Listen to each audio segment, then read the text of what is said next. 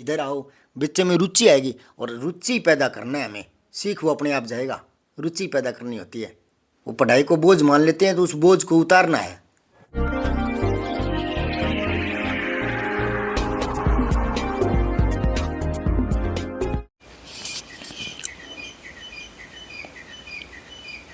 नमस्कार प्रिय गाइज, इस वीडियो में मैं कुछ से विशेष बताने वाला हूँ।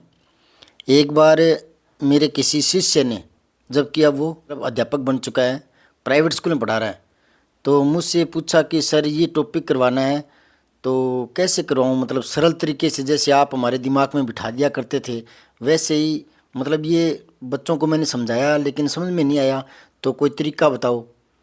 मैंने कहा भाई तरीका, इनका समझाने का कोई तरीका होता नहीं है, कोई सूत्र होते नहीं है।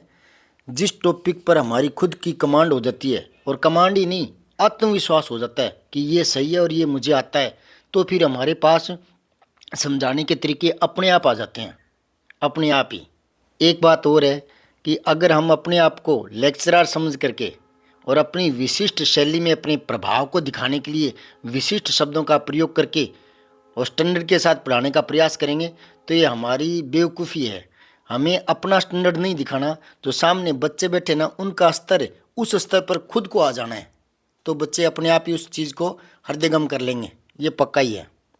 उन्हीं की भाषा में, मातृभाषा में शिक्षा या कोई बात ज़्यादा जल्दी ग्रहण होती है, तो उनको उसी तरीके से बताओ। मैंने आज तक बोर्ड पर परिभाषा, भेद, उदाहरण इस तरह का कोई प्रचलन किया नहीं है। मौखिक बैठी बैठी छोटी छोटी चीज़ें, संज्ञा क्या है, सर्वनाम क्या है, क्रिया क्या है, विशेषण क्या है, बता दिया करता हूँ। और कई बार हमारी मीटिंग वगैरह होती है तो उसमें एक दो बार मैंने किसी अध्यापक से सुना है कि मेरी कक्षा में तो एक बच्चा, दो बच्चे ऐसे हैं जो बिल्कुल कुछ नहीं आता उनको, तो फिर उसी बात को सुन करके दूसरे खड़े हो जाएंगे, हाँ हाँ हाँ हाँ, मेरी क्लास में भी है, छठी क्लास में तो 3 बच्चे ऐसे हैं जिनको कुछ आता ही नहीं, कुछ नहीं आता, वो तो कुछ भी नहीं सीखते, वो तो कुछ भी नहीं सीखते। फिर उसके पीछे पीछे दूसरे। और ये ज़्यादातर शिकायतें जो अध्यापिकाएँ होती हैं वो करती है, जबकि अध्यापिकाएँ छोटे बच्चों को आराम से टैकल कर सकती हैं। लेकिन नहीं, हमारा फोकस तो उस ओर हो गया ना कि उसको तो कुछ नहीं आता, वो तो कुछ नहीं सीखता। हर कोई सीख रहा होता है, जानवर भी सीख रहे होते हैं। हम बोल फेंक फेंक करके कुत्ते को लाना सिखा देते हैं, वो तो फिर भी इंसान है। तो हमारा ध्यान शिकायतों की तरफ रहता है ना, तो हम कारगर नहीं कर पाते। आप जो करने योग्य है कर सकते हो, जितना प्रयास आप कर सकते हो वो करते रहो। पर वो गीत गाते रहेंगे, उसको तो कुछ नहीं आता, उसको तो कुछ नहीं आता। ये गीत गाने से क्या हो जाएगा? सुधार हो जाएगा? आप अपना बेस्ट करते रहो, परिवर्तन आएगा। जब लोग जानवरों तक को सिखा देते हैं, और सीखना केवल ये नहीं कि बुढ़ी का की प्रेमचंद वाली कहानी उसको याद आ गई तो वो शिक्षित हो गया।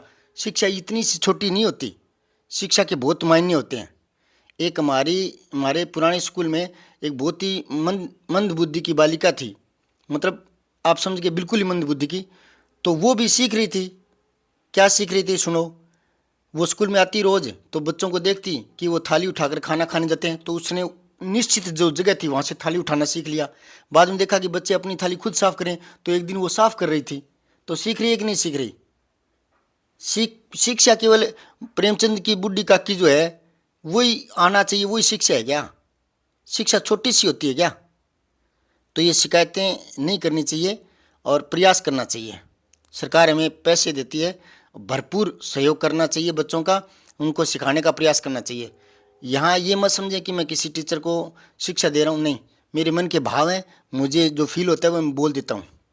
ठीक है, मुझ में भी कमियाँ हैं, लेकिन मैं सीखना चाहता हूँ। मैं आज भी उस व्यक्ति की तलाश में हूँ जो व्याकरण का प्रकांड विद्वान हो और मुझे कुछ घंटे 2 घंटे दे दे, ताकि मैं वाक्य से संबंधित कुछ समस्याएं हैं, कुछ ऐसे वाक्य आते हैं जिनमें मैं तय करने में मुझे मुश्किल होती है, तो मैं उनसे पूछना चाहता हूँ ये ऐसा होगा तो क्यों, ऐसा नहीं होगा तो क्यों नहीं होगा, इस तरह की बहस करना चाहता हूँ। लेकिन कोई अभी तक मिल नहीं रहा, तो पूछना कोई बड़ी बात नहीं है। और मुझे जो जानते हैं ना वो ये भी जानते हैं कि मैं अपनी से छोटी उम्र वालों को भी वही चीज़ें पूछ लेता हूँ जो मुझे पूछनी होती है, मुझे शर्म नहीं आती। क्यों? अहंकार त्याग दो, शर्म अपने आप चली जाएगी। अहंकार त्यागो, शर्म चली जाएगी। ठीक है, चलो छोड़ो इस बात को। अब मैं कह रहा हूँ कि मेरी क्लास में भी बहुत से बच्चे ऐसे हैं 11वीं तक में, 10वीं तक में, 12वीं तक में, जो एक दो है जिनको अक्षर ज्ञान ही नहीं पता। तो फिर मैंने दूसरा तरीका आजमाया उनको समझाने के लिए। मैंने कहा देखो बच्चा, एक बात सुनो, आपके यहाँ इस रूम में या आपके पास या आपके घर पर कोई आदमी आ जाए, तो मैं कहूँ कि ये मेरा दोस्त है, इसका नाम सुरेश है, और ये कल आपके घर दोबारा आएगा किताब लेने, तो इसको किताब दे देना। तो वो दोबारा आएगा तो पहचान लोगे नहीं? तो बच्चे कहते हैं हाँ पहचान लेंगे। उसको ढंग से देख लो अच्छी तरह से कि ये आदमी है, और नाम भी देख लो, याद कर लो कि ये सुरेश है। याद रह जाएगा दूसरे दिन? कहाँ याद रह जाएगा। दोबारा से प्रयोग करके बताता हूँ। जैसे कोई भालू का चित्र दिखा दिया उसको, और मैंने कह दिया ये रींछ है, इसको रींछ भी कहते हैं, तो फिर मैं दोबारा पलट करके वो चित्र लाऊंगा तो आप पहचान लोगे ना कि ये रींछ है। 2-3 बार देखो, 4-5 बार देखो, तो जब पहचान सकते हो तो फिर पहचान लो कि ये अ है, ये ओ है, पहचान लो। सारे नहीं पहचाने जा रहे, कोई बात नहीं, एक पहचान लो कि ये क, कबूतर, ये क है। तो उसको पलट पलट कर देखते रहो और बोलते रहो, तो वो दिमाग में आ जाएगी। फिर मैंने एक तरीका आजमाया, बोर्ड पर छोटे छोटे चित्र लिखे, उनके बीच बीच में कहीं क, कहीं प, कहीं ओ, ऐसे लिख दिया बीच बीच में।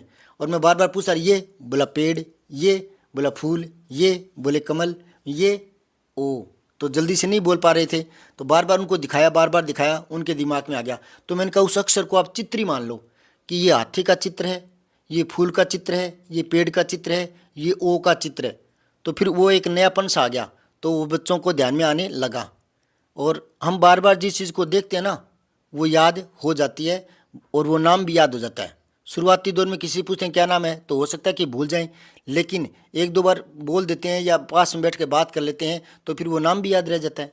क्यों नहीं रहेगा, रह जाएगा। शक्ल भी याद रह जाती है कि हाँ उस दिन ये आदमी आया था मेरे घर पर, वो सामान लेकर गया था। समझ में आ रही है क्या? तो बच्चे उस चीज़ को सुन रहे हैं, तो उस चीज़ को भी दिखाओ, उसको बार बार जगह जगह दिखाओ, अलग अलग रूप में दिखाओ, तो वो ग्रहण कर लेते हैं।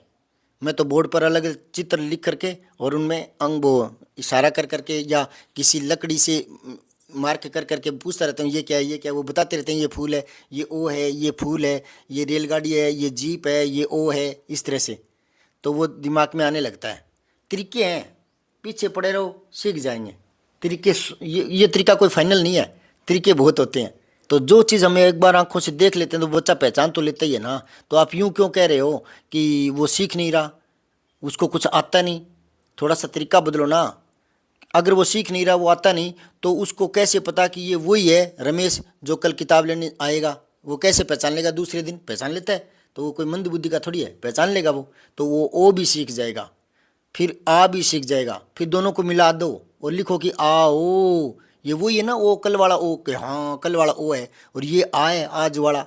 तो आओ आओ, इधर आओ, इधर आओ। बच्चे में रुचि आएगी, और रुचि पैदा करना है हमें, सीख वो अपने आप जाएगा। रुचि पैदा करनी होती है। वो पढ़ाई को बोझ मान लेते हैं, तो उस बोझ को उतारना है। समझ में आ रही है? वीडियो अच्छा लगा हो तो शेयर करें। धन्यवाद। जय हिंद।